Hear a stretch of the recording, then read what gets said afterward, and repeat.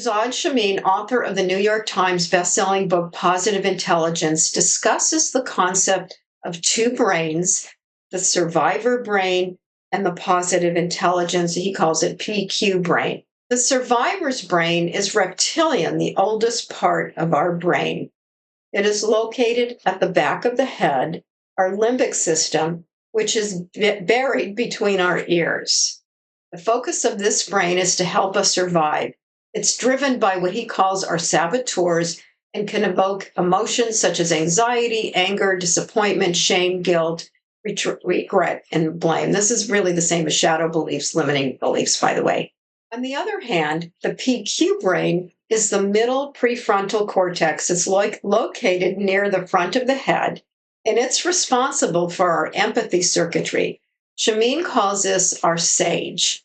The focus is on thriving, driven by the sage, and can evoke emotions such as curiosity, compassion, joy, creativity, peace, calm, and resolve.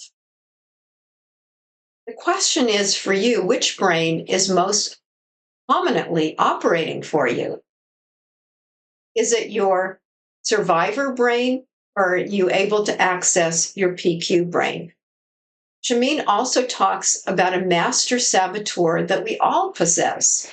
It's what he calls the judge. This saboteur engages in negative self-talk, finds fault in ourselves and others, and shows up when we're being critical or comparing ourselves to others. It often leads to feelings of guilt, shame, and disappointment, and can cause stress, anxiety, and conflicts in relationships. I experienced this for many years. I used to think, what's wrong with me, with you, with everybody else? Apart from this saboteur, we have 9 accomplice saboteurs. These 9 saboteurs are categorized into 3 styles: assert, earn, and avoid. The assert style includes the controller, the hyperachiever who seeks acceptance, and the restless saboteur. What he calls the earn style includes the stickler who seeks perfection, the pleaser who seeks acceptance, and the hyper-vigilant who seeks safety. The avoid style includes the avoider who seeks to avoid failure and the victim who seeks to avoid taking responsibility. Lastly, the hyper-rational saboteur has an intense and an exclusive focus on the rational processing of everything. Now, the question is, which accomplice saboteur most resembles you? It's essential to shift away from operating in the survivor brain with the saboteur as your voice and move toward the positive brain with the sage as your voice.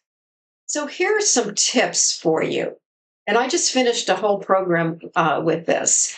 The primary thing is to develop focused mindfulness, which is being present in the moment, so you can catch your saboteurs when they arise. Shamin suggests that you focus your attention on your body and use your 5 senses for 10 seconds, 100 times a day. That's a lot. One way to practice being present is to focus on the tasks at hand, such as brushing your teeth, doing physical exercises, and experiencing the taste of the food as you eat it. Similarly, when listening to music, try to be fully present and focus on the music for at least 1 moment. Whenever you notice a saboteur in action, the first thing is to label it and take a step forward toward greater self-awareness and positive intelligence. Let me give you a couple examples of what he calls PQ reps. So he tells you to take 2 fingers together and slowly go back and forth and feel the ridges on each finger, especially when you notice yourself judging or your saboteur.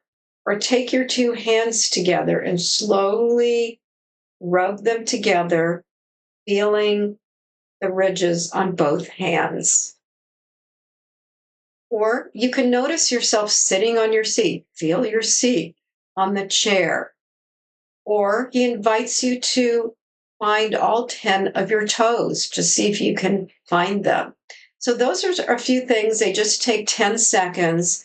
And it's really quite profound in terms of noticing these and really taking control of your saboteurs and living in your sage brain.